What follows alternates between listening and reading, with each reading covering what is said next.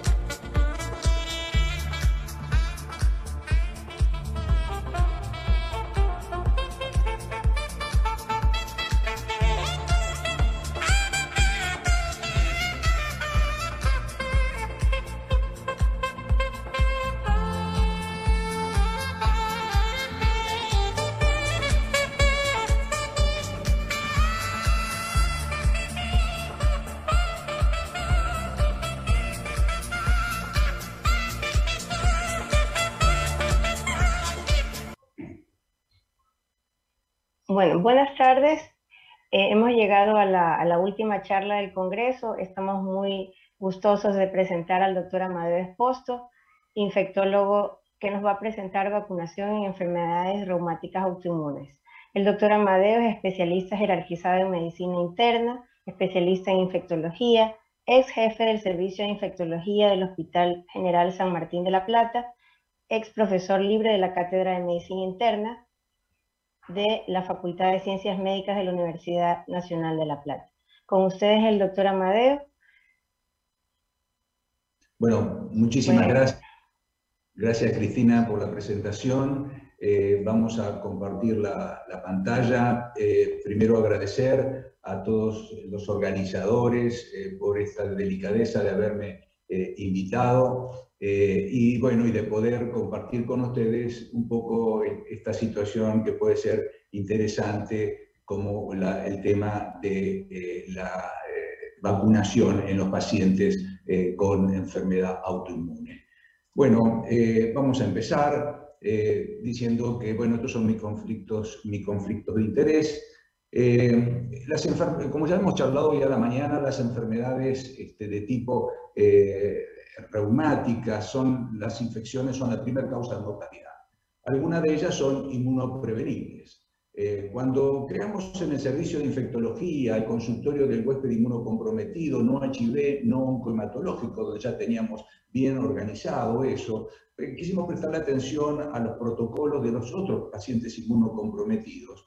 Y fue así como creamos esto y fue de gran ayuda porque ahí empezamos a evaluar fundamentalmente pacientes de origen, de pacientes con patología reumatológica y que posteriormente llegaba a tener que ser valorado adecuadamente, estableciendo los riesgos de infección a través de vacunas, profilaxis que pudieran ser administradas, también de diagnosticar infecciones activas o latentes, como tratamientos precoces, evaluar riesgos epidemiológicos, como por ejemplo un viaje, asesorar al paciente y a la familia, consensuar el inicio de la inmunosupresión con el equipo tratante y el control de las infecciones hospitalarias. Pero, indudablemente, de todo eso, esas acciones, una de las más importantes era establecer las inmunizaciones en esos pacientes con enfermedad reumática. Si nosotros queremos ver cuáles son las vacunas que debiéramos darle prioridad en los pacientes con enfermedad reumática autoinmune, nos podemos guiar por lo que el EULAR ha asesorado hace recientemente, pero que fue justo antes de la epidemia de COVID. Entonces, creo que va a servir como dar un paso general a eso. Y si analizamos sus informes en cuanto a enfermedad reumática autoinmune e influenza, después de haber analizado claramente todos estos casos, bueno, se llegó a la conclusión de que los pacientes con influenza los pacientes con enfermedad reumática autoinmune tenían mayor riesgo de contraer influenza que la población general. Cuando se analizó aquellas que estaban vinculadas a neumonía y enfermedad reumática autoinmune, se llegó a una conclusión similar, un poco más extensa, en donde las tasas de enfermedad neumocóxica, incluidas las enfermedades invasivas neumocóxicas que ya veremos, son más altas en estos pacientes con enfermedad reumática autoinmune que los controles inmunocompetentes. Los pacientes con lupus, especialmente incluso los jóvenes, tienen un riesgo aumentado de enfermedad neumocóxica, pero con un curso potencialmente más complicado e incluso con más mortalidad. Trabajos de Canadá mostraron mayores tasas de enfermedad invasiva neumocóxica en lupus, esclerosis sistémica, síndrome de Sjögren y dermatomiositis polimiositis. Es decir, claramente la vacunación contra neumonía es un evento importante. Cuando se analizaron los trabajos de herpes zóster, bueno, muchos trabajos, se llegó a una conclusión también, que la revisión demuestra un riesgo aumentado de infección en los pacientes con enfermedad reumatológica versus la población general. Que los mayores riesgos se han visto en pacientes con miositis inflamatoria y arteritis de células gigantes, pero las dos causas más frecuentes de enfermedad reumática, como lupus y artritis reumatoidea, también tenían tasas más altas que la población. Con respecto al papilomavirus humano, cuando se hizo esta revisión, se llegó a conclusiones que ya, bueno, son muy conocidas, en que en el lupus la prevalencia de infección genital por HIV, incluidos los serotipos potencialmente malignos y las lesiones intraepiteliales de alto grado, están aumentadas en la población de lupus de Latinoamérica y Asia. En artritis reumatoidea y esclerosis sistémica son valores comparables a la población general, por lo cual pareciera que en la población lúpica, como veremos posteriormente, es el foco de atención que debemos darle en esta vacuna. Y con respecto a la vacuna de la hepatitis B, se ha visto en este análisis muy exhaustivo que los pacientes con enfermedad reumática parecen no tener mayores tasas muy similares a lo de la población y en algunas de menor tasa que la población general. Pero acá quiero hacer una aclaración. Si bien esto pareciera como uno despreciar a la hepatitis B, yo creo que hay que pensar que estos pacientes con lupus deben tener su plan vacunal básico en el cual ya debe estar el de hepatitis B, porque si este paciente posteriormente va a recibir alguno de los medicamentos que ya veremos, va a tener alto riesgo de tener una reactivación de su hepatitis B. Por lo tanto, a pesar de que no haya más riesgo, es una vacuna que considero imprescindible que esté en la población reumatológica. Bueno, aunque no estaba cuando se hizo el EULAR, apareció el COVID, ya la doctora Babini y otros disertantes han hablado brillantemente sobre esto, y bueno, se ha visto que es un riesgo similar o levemente incrementado que la población general, con los mismos factores de riesgo que la población general, como dijo la doctora Babini, pero puede ser más grave el lupus, espondilitis y vasculitis, y con dos factores, como es la alta actividad de la enfermedad y otra vez los corticoides, la prednisona más de 10 miligramos por día, rituximab y micofenolato, pero los dos primeros fundamentalmente están asociadas a peor evolución y recordemos que con las mismas comorbilidades, como se aclaró hoy, que tiene la población general. Entonces, las vacunas en el huésped inmunocomprometido en general y en especial en el enfermo reumático son bajas. Miren, en este estudio multicéntrico, influenza 25%, neumococo 17%, y en todos lados, cuando vamos analizando, siempre hay más vacunación para influenza, pero muy por debajo del estándar necesario que de neumococo. Salvo en este trabajo en Inglaterra, donde se llega a una tasa importante de vacunación de influenza, pero fíjense que a la mitad corresponde a la del neumococo. Y en la experiencia en nuestro servicio, cuando en este consultorio de pacientes inmunocomprometidos, miren, sobre 620 pacientes, a 400 tuvimos que indicarle la vacuna antineumocóxica, o sea que no estaba indicada. A más de la mitad tuvimos que darle la vacuna antiinfluenza, la hepatitis B y también hasta la antitetánica, obviamente, porque estos pacientes, vuelvo a repetir, normalmente están subvacunados. El tema de la vacuna y la enfermedad reumática o inmune genera una gran preocupación porque la vacuna está hecha para prevenir infecciones. Sin embargo, hay dos temores: la generación de enfermedad autoinmune o la exacerbación de una enfermedad que ya está instalada. Esto es una discusión que ustedes lo conocen mejor que yo y surge de los trabajos de Yehuda Schoenfeld, en donde, bueno, lo que ustedes conocen bien, el mosaico de la autoinmunidad mejor que yo, aquellos individuos genéticamente predispuestos ante factores endógenos o externos, tales como las vacunas o adyuvantes, potencialmente, según esta teoría, que lamentablemente le ha hecho, creo, mucho daño a la indicación de las vacunas, si pierde la tolerancia se generarían enfermedades autoinmunes. Y tanto es así que algunos adyuvantes han sido implicados en el síndrome Asia, que saben ustedes lleva el nombre de Schoenfeld. Así que realmente ha entrado mucho esta situación y es muy difícil combatir este elemento. A pesar de que tenemos varias dificultades, no se puede detectar a los individuos predispuestos genéticamente. Y las vacunas, a pesar de todo lo que se dice, son generalmente seguras en los pacientes reumáticos. Habitualmente no empeoran la actividad ni la reactivan. Los datos disponibles de la relación riesgo-beneficio son abrumadoras a favor de la vacunación. El riesgo de reactivación es más alta con la infección que con la vacunación. Es decir, es más alta si uno se enferma de influenza, la reactivación, que si uno va a reactivar con la vacuna. Eso es categórico.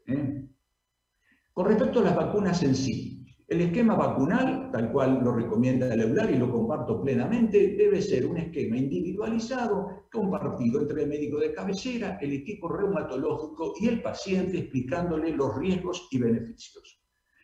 Sabemos que las vacunas en los enfermos reumáticos, los datos son limitados porque en la mayoría de ellos, que es lo que ha pasado con las vacunas del COVID, están excluidos en el estudio prepatente. Hay pocos pacientes incluidos e inmunocomprometidos en los estudios post-patente, y en muchos de ellos se han valorado la inmunogenicidad de la vacuna, es decir, la cantidad de anticuerpos, y este es un dato falible, muy falible.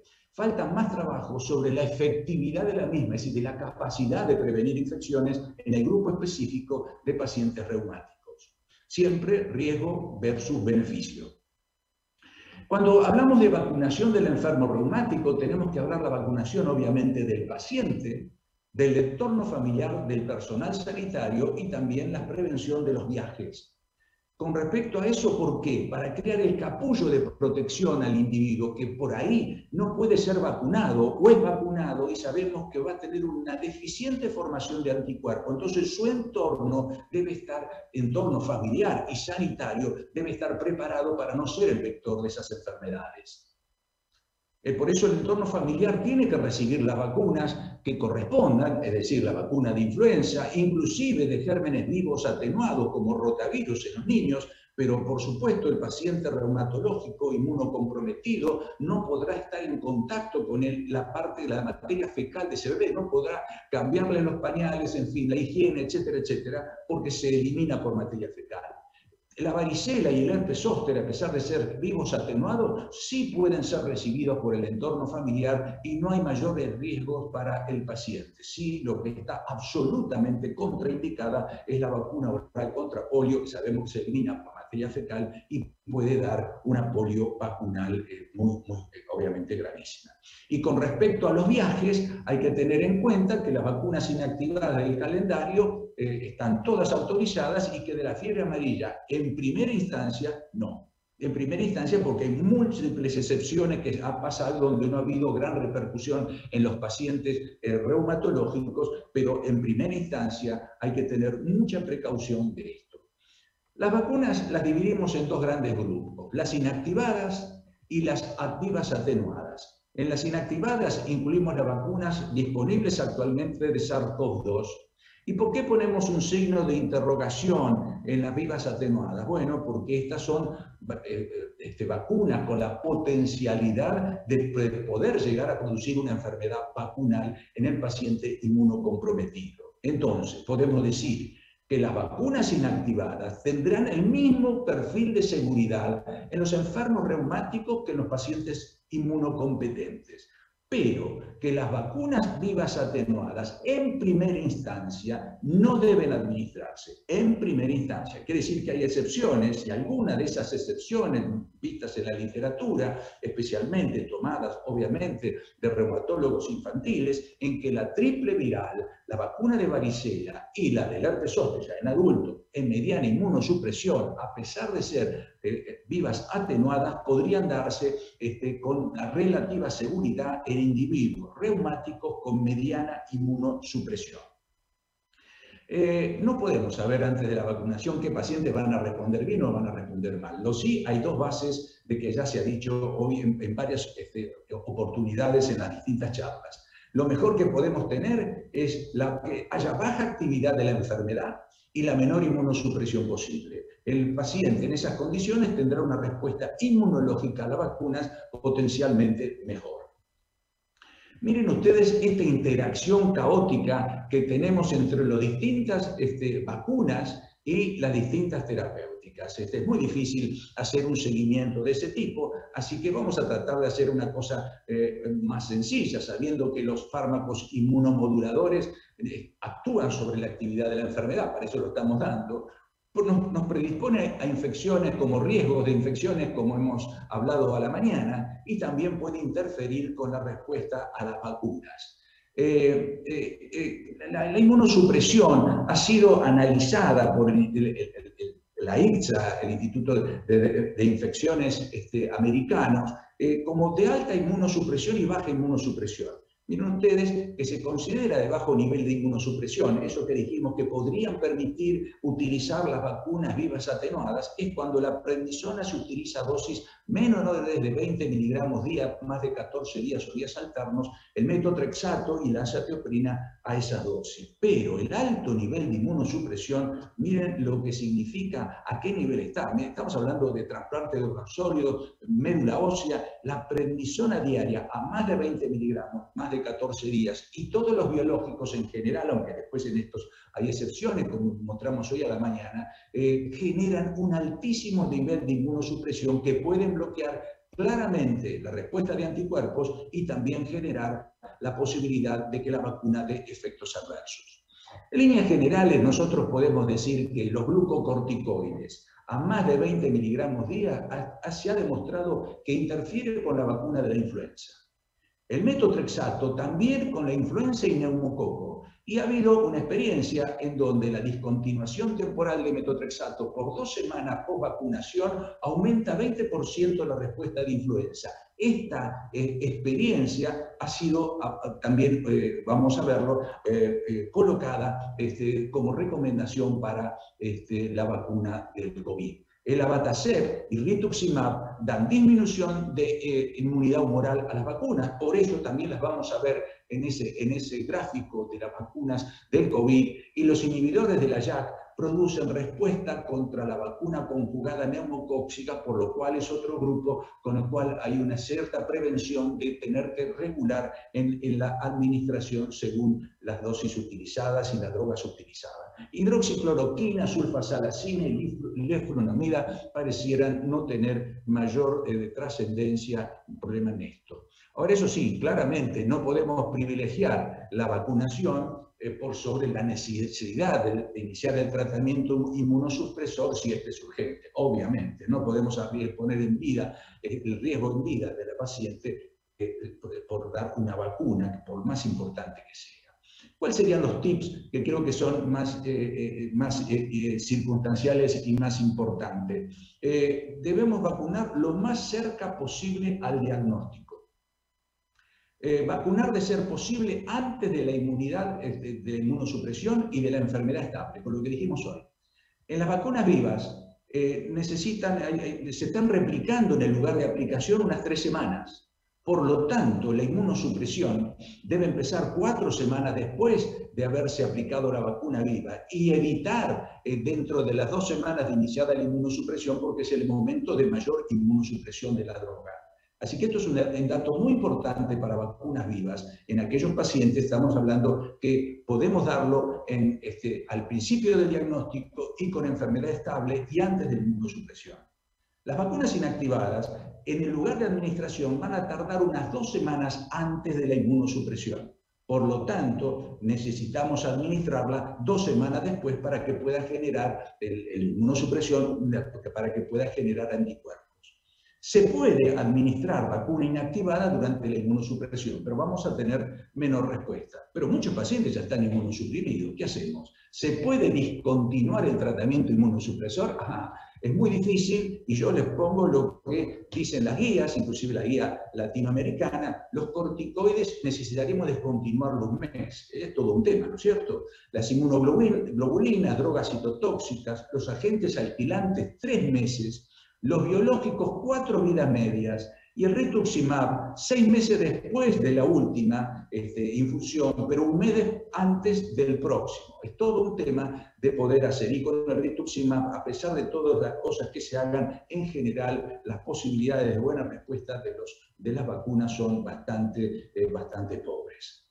Por supuesto que han salido numerosas publicaciones con respecto a guías, con respecto a vacunación de los pacientes inmunocomprometidos, especialmente reumatológicos y también para pacientes lúpicos, por lo cual vamos a tratar de hacer un resumen de cuáles son las vacunas que se consideran que son las más importantes. Sin duda, la vacuna contra influenza y la vacuna contra neumococos están altamente recomendadas. Este es el core aparte de lo que hay como plan vacunal basal, ¿no es cierto? Antitetánica, en fin, todo lo que ustedes saben, estas vacunas no pueden faltar dentro de los mecanismos de protección de los pacientes con enfermedades reumatológicas.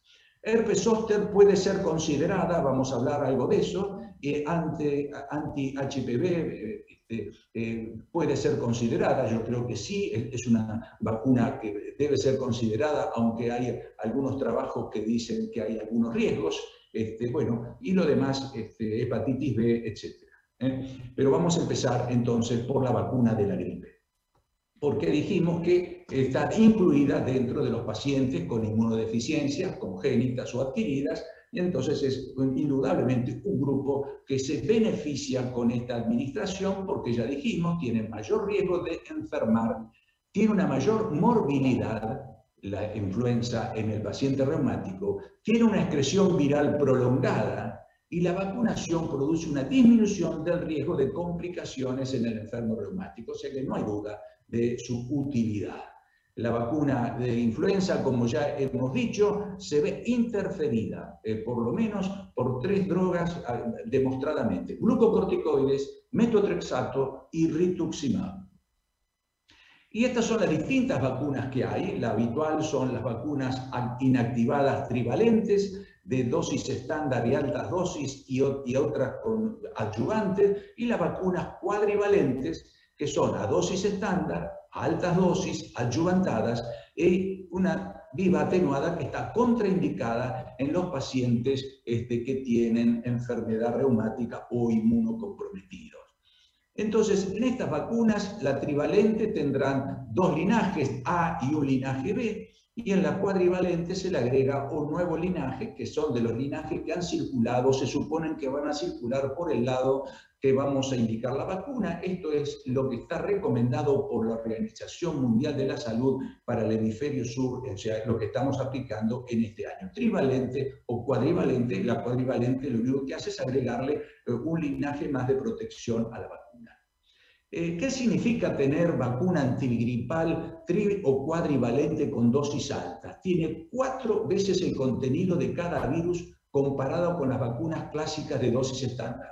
El perfil de seguridad es el mismo, pero es mucho más inmunogénica. ¿Y es más inmunogénica en quiénes? En los mayores de edad. Por lo tanto, es más efectiva dar la de dosis altas a los mayores de edad que las dosis estándar podrían darse perfectamente bien a aquellos que sean menores de 65 años.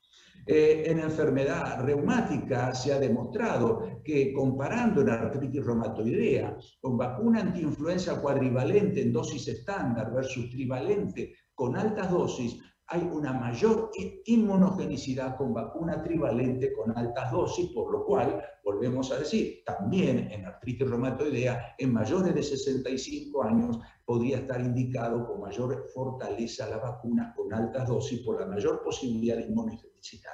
Recordando que los títulos de anticuerpos no nos aseguran la efectividad de la vacuna, pero es un marcador subrogante de los pocos que tenemos para manejar. Las vacunas son seguras para la influenza y no se detectaron mayores problemas de efectos adversos. Pero recordemos una cosa muy importante. En las pandemias como la de 1918 de influenza, la mayoría de la gente no moría de la gripe, sino que hacían un cuadro gripal con esta curva, mejoraban y después empeoraban y morían. Esta curva endromedario, que así se la llama, es por la sobreinfección bacteriana, de las cuales el germen más común que se podría demostrar era el neumococo, por lo cual, en síntesis, podemos decir que todo aquel que se vacuna para gripe amerita una vacuna antineumocóxica. Bueno, la vacuna antineumocóxica sabemos que tiene su indicación precisa, porque si queremos saber de los gérmenes que pueden producir neumonía en los pacientes con enfermedad autoinmune, cuál es el germen más común de los que son aislados, sigue siendo el Streptococcus pneumoniae. Así que esa vacuna está perfectamente indicada, pero igual que la vacuna de la influenza, está interferida por algunos de los medicamentos que utilizan ustedes. Obviamente el rituximab, los inhibidores de la JAK y el metotrexato reducen la inmunogenicidad. El Abatacept, otra vez, recuerden, igual que influenza, esto va a explicar algunas cosas que después vamos a decir de la vacuna de COVID, podría también reducir, pero los anti-TNF y tocilizumab no afectarían mayormente la vacuna antineumocócica. El neumococo tiene una cápsula polisacárida que es esencial. Esta cápsula de la bacteria define su serotipo y más de 90 serotipos. Así que fíjense que la vacuna que más serotipos tiene 23, hay unos cuantos serotipos que quedan afuera. Define su serotipo, es el factor más importante de virulencia y de defensa del neumococo porque es antifagocítico, pero también es el elemento antigénico más importante al cual se dirigen nuestras vacunas. Entonces, este es el bichito contra el cual tendremos que lidiar. Y el Streptococcus pneumoniae tiene tres elementos que son muy importantes. Uno es la portación. La portación, la mayor parte de portación del neumococo se encuentran en los niños. Los niños en su zona orofaringia normalmente portan el neumococo y ese neumococo lo pueden transmitir a su medio ambiente y a sus familiares, su gente más cercana. Por lo tanto, si uno vacuna a este grupo en forma masiva, se produce un efecto de rebaño y una prevención del descenso drástico de la neumonía en los adultos que no son vacunados. Así que una buena vacuna es aquella que va a eliminar la portación. Y el Streptococcus pneumoniae, una vez que produce una enfermedad no invasiva cuando afecta mucosas, otitis media, infección del tracto respiratorio superior o neumonía no bacteriémica. O produce lo que se llama enfermedad invasiva neumocóxica, una neumonía con bacteriemia, porque va a lugares estériles, la sangre, empiema, bacteriemia, meningitis y sepsis. En síntesis, si nosotros miramos la enfermedad neumocóxica, tenemos dos grupos, el grupo no invasivo y el grupo invasivo, con una excepción que una parte de la neumonía, cuando es bacteriémica, pasa al grupo invasivo. Pero si hacemos una línea de corte acá, vamos a advertir que el 90% de la enfermedad neumocóxica es no invasiva y un 10% es invasiva. Las vacunas que disponemos para tratar de prevenir esta enfermedad son dos. Una vieja vacuna, la vacuna polisacárida de Merck, que fue sacada al comercio en 1983, y la vacuna actual, la de Pfizer, la de 13 serotipos, en el 2009. Así que estas son las dos vacunas que nos vamos a manejar, la vacuna polisacárida y la vacuna conjugada. Hay otras vacunas conjugadas que se dieron antes, pero esta cada vez que aparece una nueva con más serotipos desplaza a la anterior porque aumenta su efectividad. ¿Cuál es la diferencia? Las vacunas polisacáridas son polisacáridos capsulares específicos por serotipos, que tiene 23 serotipos, y la vacuna conjugada es lo mismo, pero tiene una proteína portadora, la CRN197, y que hace, entre otras cosas, la proteína portadora, le da memoria inmunológica a la vacuna conjugada. Y estas son las vacunas en donde comparten los serotipos, y la vacuna 13 tiene un propio serotipo que es el 6A. Las demás son los mismos serotipos compartidos por una y otra vacuna. Es decir, que una vacuna tiene solamente 10 serotipos menos que la otra. ¿Cuáles son las ventajas y desventajas de esas vacunas? La vacuna polisacárida tiene como ventaja la mayor cobertura de serotipos, 23. Cubre el 80% de las cepas invasoras en adultos. Actúa sobre la enfermedad invasiva neumocóxica, preveniéndola en cerca de un 72-73%, lo que es muy importante, y un costo muy inferior a la de la vacuna conjugada. ¿Cuáles son sus desventajas? No pocas.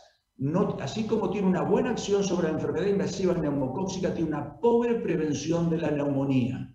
No erradica la portación nasofaringia. No produce efecto rebaño.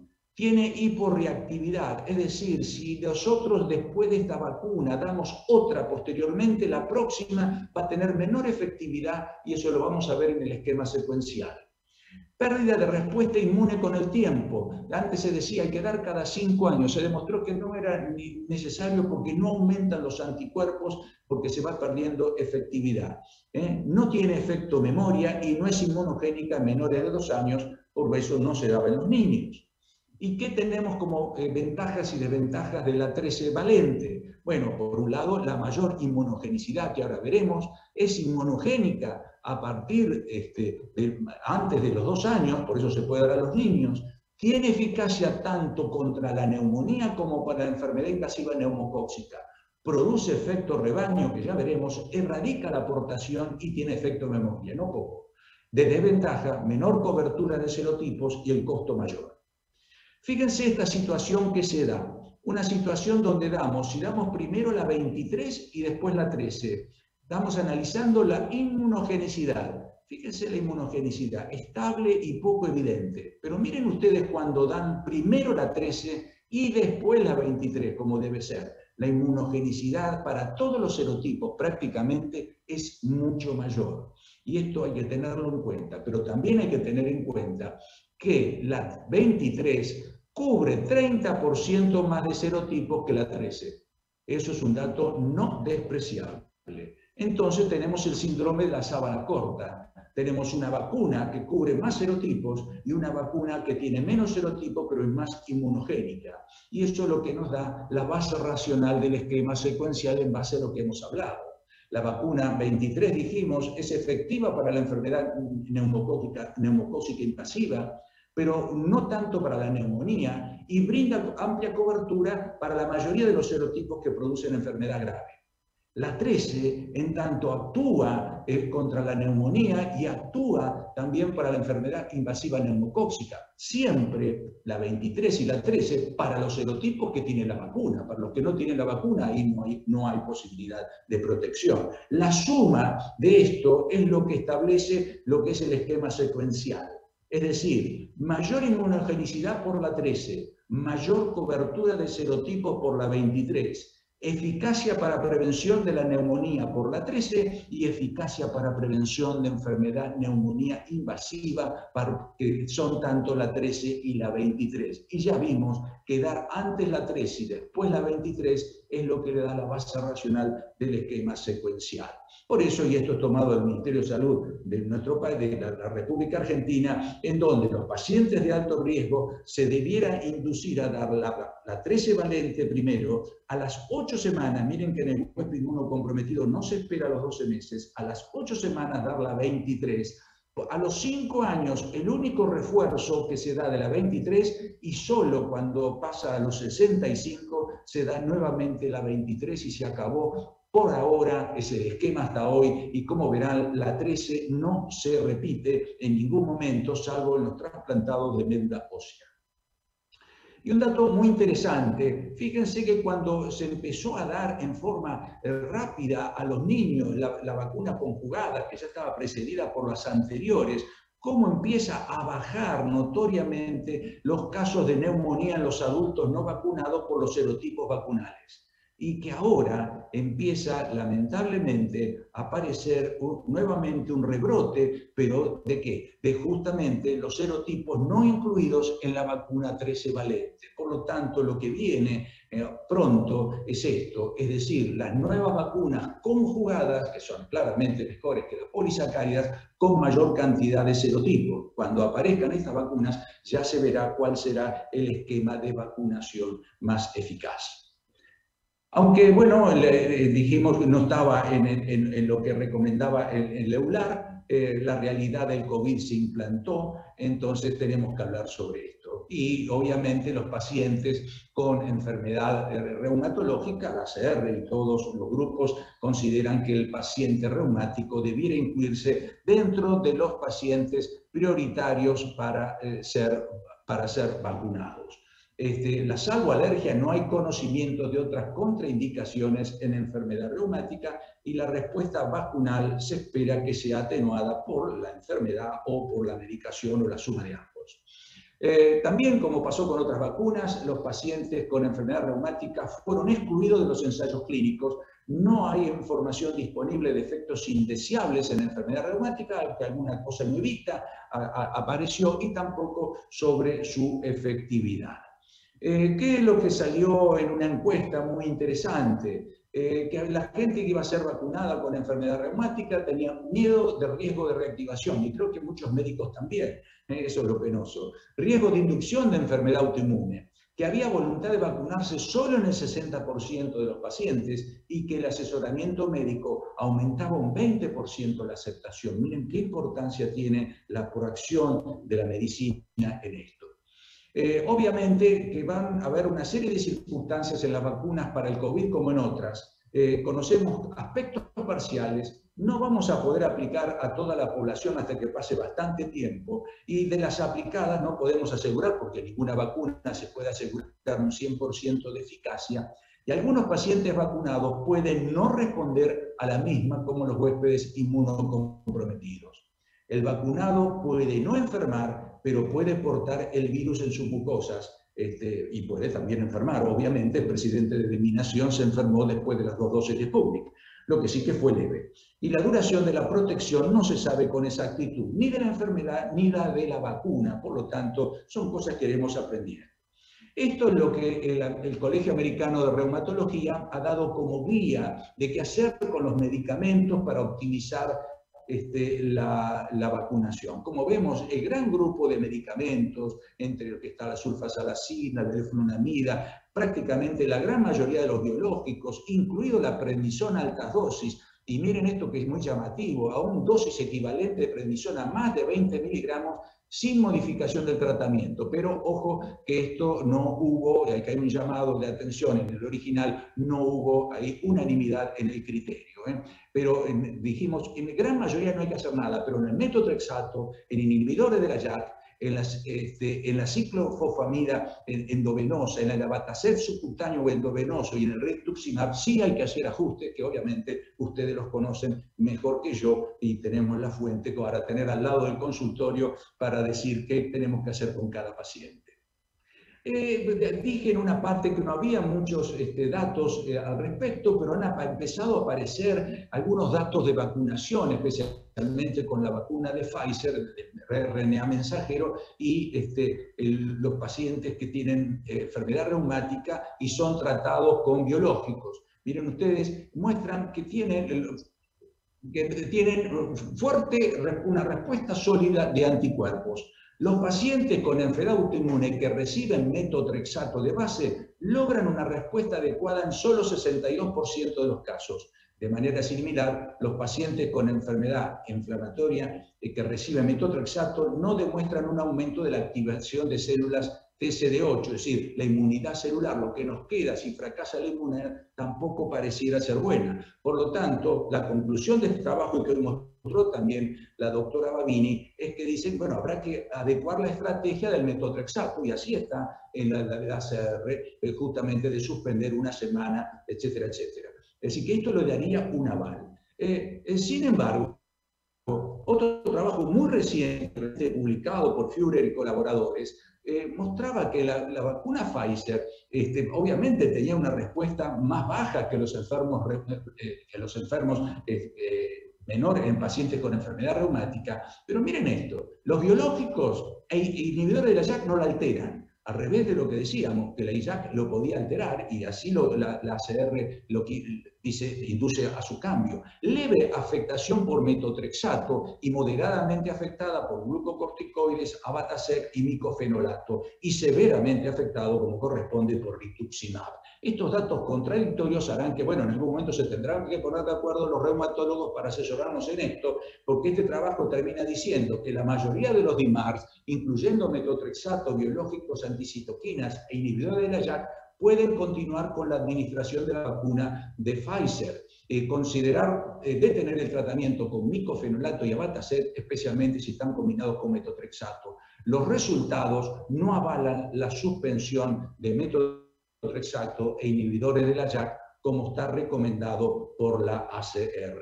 Así que, bueno, como verán, hay dos posturas, pero yo entiendo lo de la ACR, se adaptó lo que había como experiencia de la interferencia de esas drogas a otras vacunas. Y también de efectos adversos, dije que había muy poco. Bueno, estos efectos adversos, bueno, solamente voy a decir este trabajo en donde de estos pacientes, 491, hubieron 6 casos de herpes zóster. De los cuales ninguno fue grave, salvo uno con compromiso cutáneo, pero bueno, ahí podría estar alguna de las situaciones de efectos graves o efectos pero colaterales en pacientes con enfermedad autoinmune. De todas maneras, como vemos, no hay de las recomendaciones preferencias de vacunas. Los médicos no deben indicar rutinariamente anticuerpos pre o post vacunación, no tiene mayor sentido. Vacunar a convivientes, sí, lógico, por lo que dijimos de vacunar y hacer el capullo de convivencia, no serán prioritarios, porque hay otros prioritarios indudablemente, y siempre vacunar con enfermedad estable, pero si no es así, que se vacunen igual. Estas son las 4 plataformas de vacuna contra el COVID. La idea es bloquear la proteína de la espiga que se une, como mostró hoy la doctora Babini, ahí como una llave en la cerradura, y si nosotros bloqueamos esto, impedimos la fusión y todo el mecanismo de formación de la enfermedad. No solo es importante el tenor de anticuerpos, sino también la inmunidad celular. ¿Y qué podemos decir como resumen de todas estas vacunas? Bueno, que todas estas vacunas tienen en menor o menor grado, mayor o menor grado, de las vacunas que vienen de China tenemos muy poca información, más que la que el gobierno por ejemplo en Argentina, nos da, pero en líneas generales podemos decir que todas tienen un nivel de efectividad que ha superado el 50%, que era lo que pedía la Organización Mundial de la Salud, pero fundamentalmente todas ellas tendrían, en unas demostradas y en otros en potencial, lo pongo, capacidad de defendernos de los cuadros más graves y aún mortales, más que de los cuadros leves, por lo cual tienen una evidencia muy importante. No se recomienda indicar AINES o antitérmicos preventivamente, y el intervalo de 14 días con la administración de otras vacunas, como se especifica aún en mi país, no tiene mayor sentido, solamente que son vacunas que, como no se tiene una fase 3 lo suficientemente prolongada para conocer los problemas de efectos adversos, si damos las dos vacunas juntas, no sabemos si es un efecto adverso de la vacuna antigripal, por ejemplo, o la del COVID. Pero tengan en cuenta que el CDC dice que se puede coadministrar sus vacunas RNA mensajero con cualquier otra vacuna en el momento de su administración. Debemos dar vacunas combinadas, es decir, una vacuna, una dosis y otra vacuna, otra. Bueno, la combinación de vacunas se ha ensayado con Pfizer y AstraZeneca por una necesidad. Hay individuos o gobiernos que no quieren vacunar a su población con AstraZeneca por los efectos adversos que ustedes ya conocen perfectamente bien, de trombosis, etcétera, etcétera. Entonces se ha aprobado la combinación con AstraZeneca y la segunda dosis con Pfizer, y eso funciona realmente muy bien. Y en mi país, por ejemplo, se está ensayando la combinación de vacunas por la falta la falta de la segunda dosis del Sputnik. El Instituto Gamaleya no ha cumplido con la cantidad de dosis que tenemos que dar a nuestra población, por lo cual tenemos muchísima gente vacunada con la primera dosis de la vacuna Sputnik y nos falta la segunda dosis. Se está haciendo ahora pruebas para ver si la podemos mezclar con algunas de las otras que disponemos acá. ¿Dosis de refuerzo? No lo sabemos, casi seguro que sí.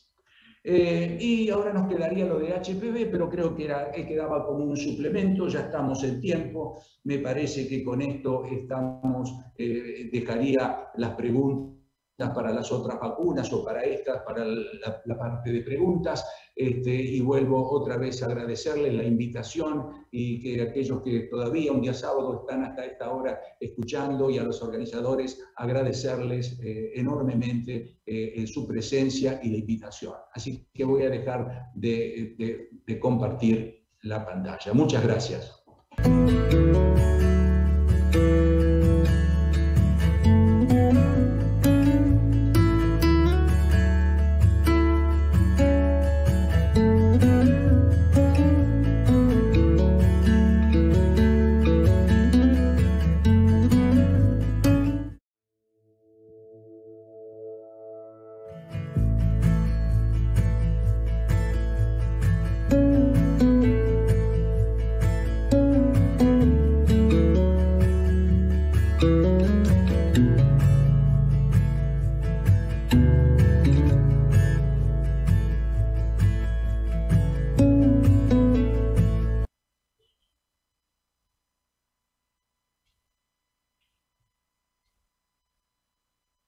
Buenas tardes, Bueno, doctor. Muchas gracias por la conferencia. Cristina, dale. No, gracias. Muchas gracias, doctora. Acá tenemos algunas preguntas para usted. En un paciente con lupus que recibe micofenolato de mofetilo más prednisona a baja dosis, que además ha recibido rituximab pasado los 6 meses de espera para poder recibir la vacuna para COVID, ¿cuál se debería recomendar? ¿De la Pfizer, la Moderna? Bueno, no hay comparación entre vacunas. No hay ensayos de comparación entre vacunas, así que no se ha ensayado Pfizer versus Sputnik, por ejemplo. Entonces, es una cuestión más o menos de tener información científica. La información científica que tenemos de la vacuna de RNA Moderna o Pfizer, así como de AstraZeneca, ha sido muy importante y abundante. La de Sputnik, hay un solo trabajo publicado por la presión, inclusive que hubo que hacer para tener esa evidencia. Por lo cual, te podría decir que es una cuestión de gusto. Las RNMA tienen una alta tasa de efectividad, claramente no la tenemos en mi país, no tenemos experiencia en eso. Recién, después de haberle dicho que no a la vacuna por problemas, ahora la estamos recibiendo casi a ruego para poderla utilizar. Si las cuestiones políticas siempre interfieren en la sanidad, lamentablemente, para bien o para mal. Por lo tanto, es una cuestión, ya te diría, de gusto y de disponer de aquella que hay en cada país. Es decir, en mi país ahí tenemos la vacuna de Sputnik, la vacuna de AstraZeneca y la vacuna Sinopharm. Es decir, que tenemos que elegir entre ellas. Si uno tiene que analizar los datos, son vacunas con una tasa de efectividad similar. Te diría que un poco más alta Sputnik, un poquito más baja AstraZeneca y un poquito más baja la de Sinopharm. En mi país, ¿qué hay? Temor por AstraZeneca en algunos pacientes por los efectos adversos, no se la quieren dar. Yo creo que es exagerada esa situación, así que no te podría decir, primero porque no hay comparación entre vacunas y tampoco es uniforme la distribución de las vacunas en los países. Cada país ha podido negociar algún tipo de vacuna. Lo que sí, perdón, en ese paciente con lupus, micofenolato y que pasó 6 meses del rituximab, bueno, estamos en un problema por el rituximab fundamentalmente, ya que el micofenolato fundamentalmente ni los corticoides se consideran, por lo menos en lo que hay como recomendación preliminar del EULAR, necesidad de suspenderlos para dar la vacuna. Lo que sí que seguramente su efectividad debe estar atenuada. Otra pregunta. Un adulto mayor de 72 años con diagnóstico de tuberculosis sistémica está 6 meses en tratamiento todavía. ¿Alguna recomendación específica para la vacuna Pfizer o las otras? ¿Cuál sería? Bueno, para todas las vacunas, no hay una indicación precisa, es decir, no hay una indicación de dar la vacuna durante un proceso infeccioso agudo. Si está con 6 meses de tratamiento, seguramente ya su agudeza de la tuberculosis ya pasó, está en la etapa prácticamente de curación. Hay que analizar cada caso, pero yo lo analizaría muy bien y lo tendría con alta predisposición de vacunarlo. El tema es que si se empieza a vacunar al principio, cuando tiene efectos clínicos de su cuadro respiratorio y nosotros le damos una vacuna, por ejemplo, a los 15 días ha empezado el tratamiento antuberculoso y empieza otra vez con fiebre, no sabemos si es por la vacuna o reactivación de la tuberculosis. Claro. En infección aguda se pretende que cualquier proceso infeccioso agudo esperar pasar eso para vacunarse. Está bien. Otra pregunta. ¿Usted cree que se requerirían dosis de refuerzo en pacientes en tratamiento con rituximab que presenten bajo recuento de linfocitos B? Bueno, eso va a ser no solo seguramente para rituximab. Yo diría que seguramente vamos a necesitar dosis de refuerzo la mayor parte de la población cuando completemos la segunda dosis, porque aquellos que han completado la segunda dosis, el tiempo de anticuerpos es variable, pero puede llegar a 9 meses, 1 año, y pasa igual que el de la influenza, por eso no tenemos que vacunar todos los años. Yo creo que la vacunación con una tercera dosis va a ser casi sistemática. Lo que pasa es que es una enfermedad que la conocemos hace 1 año y medio y que se vacuna de hace menos de 1 año, entonces no tenemos el tiempo suficiente para saber la efectividad de ella. Pero yo te diría, y más si habiendo tenido rituximab, que casi seguro va a tener necesidad de tener un refuerzo. Todavía no está indicado. Y una cosa que es importante, la titulación de anticuerpos, no se conoce cuál es el título adecuado de protección, por eso no sirve para saber si uno está protegido o no, sirve para saber, bueno, tuve una respuesta, será de anticuerpo, cualquier anticuerpo, porque el que vale es el neutralizante, no es el que hace el laboratorio de mi esquina, eso lo hacen laboratorios de investigación. Correcto. En las guías de ACR recomiendan reiniciar el metotrexato 1 semana después de la vacunación. ¿Sería preferible que también se suspenda 1 semana antes, como es la recomendación con el rituximab? Esa es la recomendación. ¿Por qué se hace esa recomendación? Porque se demostró, yo mostré en influenza, que en influenza si se suspendía 2 semanas, daba posibilidades mayores, así que es 1 a 2 semanas. Pero el tema es que se adaptó de esa experiencia. Fíjate que yo ahora mostré un trabajo muy reciente, apareció hace 15 días, en donde el metotrexato no interferiría tanto como se pensaba que interfería, así que va a ser un motivo de discusión. Pero la recomendación es entre 1 y 2 semanas después de la primera dosis de la vacuna. Sobre todo si agregamos que si es que es la mRNA, tiene que recibir en 21 a 28 días el refuerzo de la vacuna, y entonces al fin del día, en 2 meses, está suspendiendo 4 semanas de metotrexato. Sí, Tal vez es demasiado. Así es. Es una semana, después de cada dosis. Es 1 semana después de cada dosis la suspensión del metotrexato. Claro. Tenemos otra pregunta. No, continúa, doctora. No, dele. Otra pregunta. ¿La vacuna del COVID puede causar un efecto adverso en una paciente de 15 años que fue vacunada por papilomavirus con una antigüedad de 2 años? A ver, si COVID puede producir, a ver si te escuché bien, si la vacuna de COVID puede producir un efecto adverso a una paciente lúpica que fue vacunada con la del HPV hace 2 años, ¿esa es la pregunta? Ajá. No veo ninguna relación. El HPV es un virus inactivado. El único problema que tiene el HPV, no nos llegaba a tiempo para mostrarlo, es, ustedes saben, los trabajos otra vez de Yehuda Schoenfeld, en donde atribuye a que el HPV puede producir lupus y que inclusive la vacuna de HPV puede inducir a lupus. Los trabajos son contundentes en ese sentido, en rebatir esa teoría. Así que creo que el temor surge por eso. No hay ningún problema que haya estado vacunada por HPV, es una vacuna inactivada y no interfiere para nada en la vacuna que vamos a dar ahora de COVID, porque ninguna de las vacunas de COVID disponibles actualmente son por virus vivos atenuados. ¿Hay alguna relación o algún estudio que muestre diferentes reacciones adversas o graves después de los diferentes tipos de vacunas en pacientes inmunosuprimidos o en pacientes reumatológicos? Es lo único que pude encontrar. Se imaginan que estuve revisando justamente esto.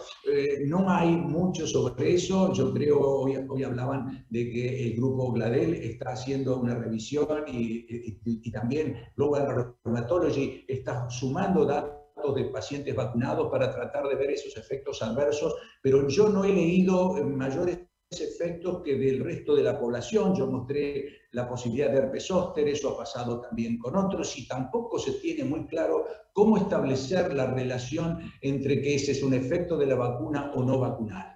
Lo que parece más demostrado es la posibilidad de la enfermedad trombótica, trombocitopénica, inducida por la vacuna de AstraZeneca, en donde sí es una forma muy peculiar de trombosis, entonces pareciera que tiene un sesgo como para podérsela atribuir a la vacuna, y por eso algunos, si bien la EMA y la FDA la siguen valorando como vacuna que puede darse, hay entes reguladores locales de algunos países que no la aceptan, por eso están haciendo la prueba de cambio para otra vacuna. Ahí pareciera haber un mayor efecto. Y también pareciera que en los de RNA mensajeros, algunos casos interesantes que podrían atribuirse a procesos de pericarditis o miocarditis. Ahora, lo que hay que ver es que la primera vez en mi larga trayectoria, parezco de 20, pero tengo 70, en mi larga trayectoria he visto una epidemia seguido día a día por los diarios y los noticieros, en donde cada uno está viendo qué cosita tenemos cuando nosotros nos enteramos siempre de los efectos de una vacuna, o benignos o malos, después de 10 años de investigación. Entonces, es muy difícil dar una recomendación sobre eso con un seguimiento así, tan paso a paso, porque no hay todavía una investigación para poder relacionar el efecto adverso con la administración justo de la vacuna. Es una relación temporal ¿Casual o causal? Ese es el gran problema. Pero hay millones de vacunas administradas y muy pocos efectos adversos en comparación con esa cantidad. Yo creo que dentro de todo son vacunas muy seguras.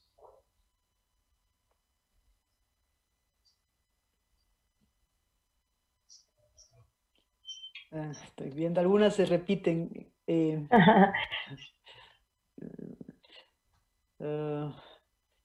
Hay una pregunta que dice, ¿después de cuánto tiempo de suspensión de alta inmunosupresión se recomendaría aplicar el esquema de vacunación?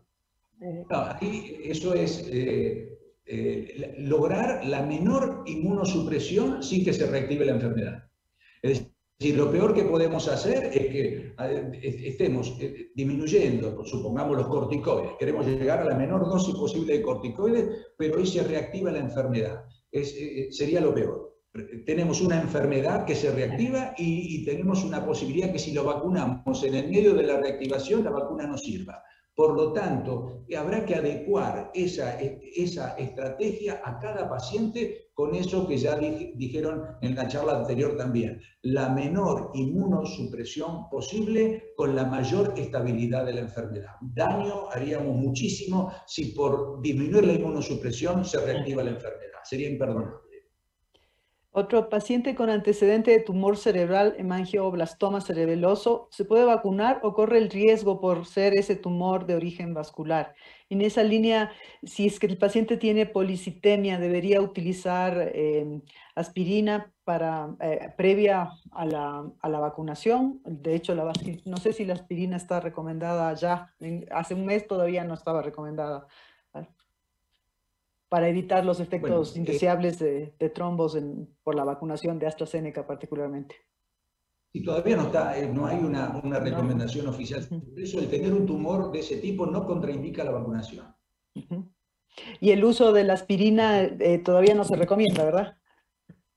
Todavía no está recomendada, te digo la verdad, mucha gente lo hace. Aunque no esté recomendada, darle 100 miligramos de aspirina lo hace, pero como una cuestión de tranquilidad espiritual, a veces queremos hacer medicina basada en evidencia y hacemos la mejor evidencia que nos podamos basar. Pero bueno, está el arte de la medicina, ¿no? El paciente enfrente, los riesgos que pudiera tener y bueno, quizás individualmente uno puede tomar una decisión de ese tipo. Una cosa es lo que dicen las normas, lo que sí está claro es que las normas se han establecido, que si las normas de ese tipo no son seguidas, las tasas se disparan nuevamente. Eso es una cosa, si algo tenemos para luchar, para que volvamos a la normalidad, que yo vuelva como en el 2019 a verlos ahí en Ecuador, es que nos vacunemos todos. Si no, seguiremos con esto, que es muy lindo, lo virtual, y con los de alejamiento familiar y todo ese tipo de cosas. La vacunación es el elemento base en todo esto. Lo peor que puede haber son los movimientos contra la vacuna. Yo siempre termino la charla con inmunocomprometidos con el título de un trabajo que dice vacunemos a nuestros pacientes inmunocomprometidos. Es un favor que le estamos haciendo realmente y que nos hacemos nosotros como sociedad, ¿no? También. Dice, un paciente presentó Guillain-Barré por la vacuna por la influenza. ¿Estaría contraindicada la de COVID? Bueno, si es una vacuna, si es un síndrome de Guillain-Barré post-vacunal, está contraindicado.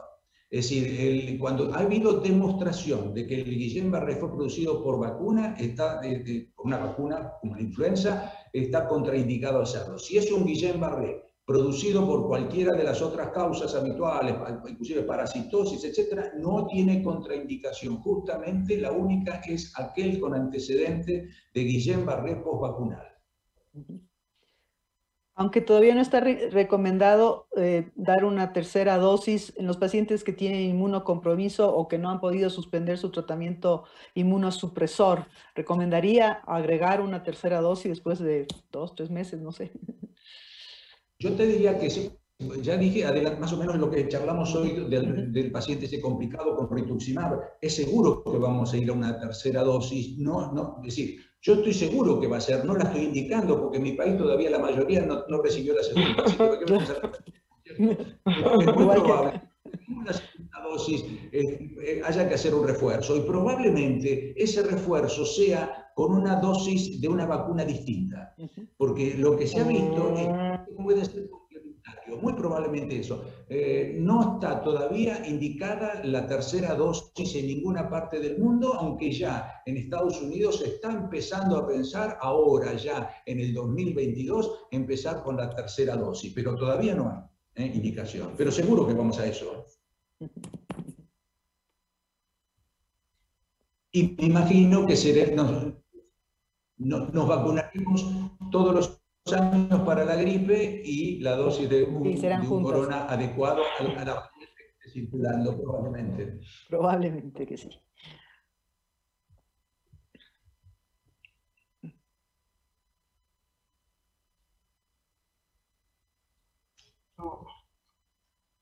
Bueno, le agradecemos mucho, doctor, por su brillante disertación y en adelante pues esperamos también tenerlo en los congresos presenciales. Esperemos.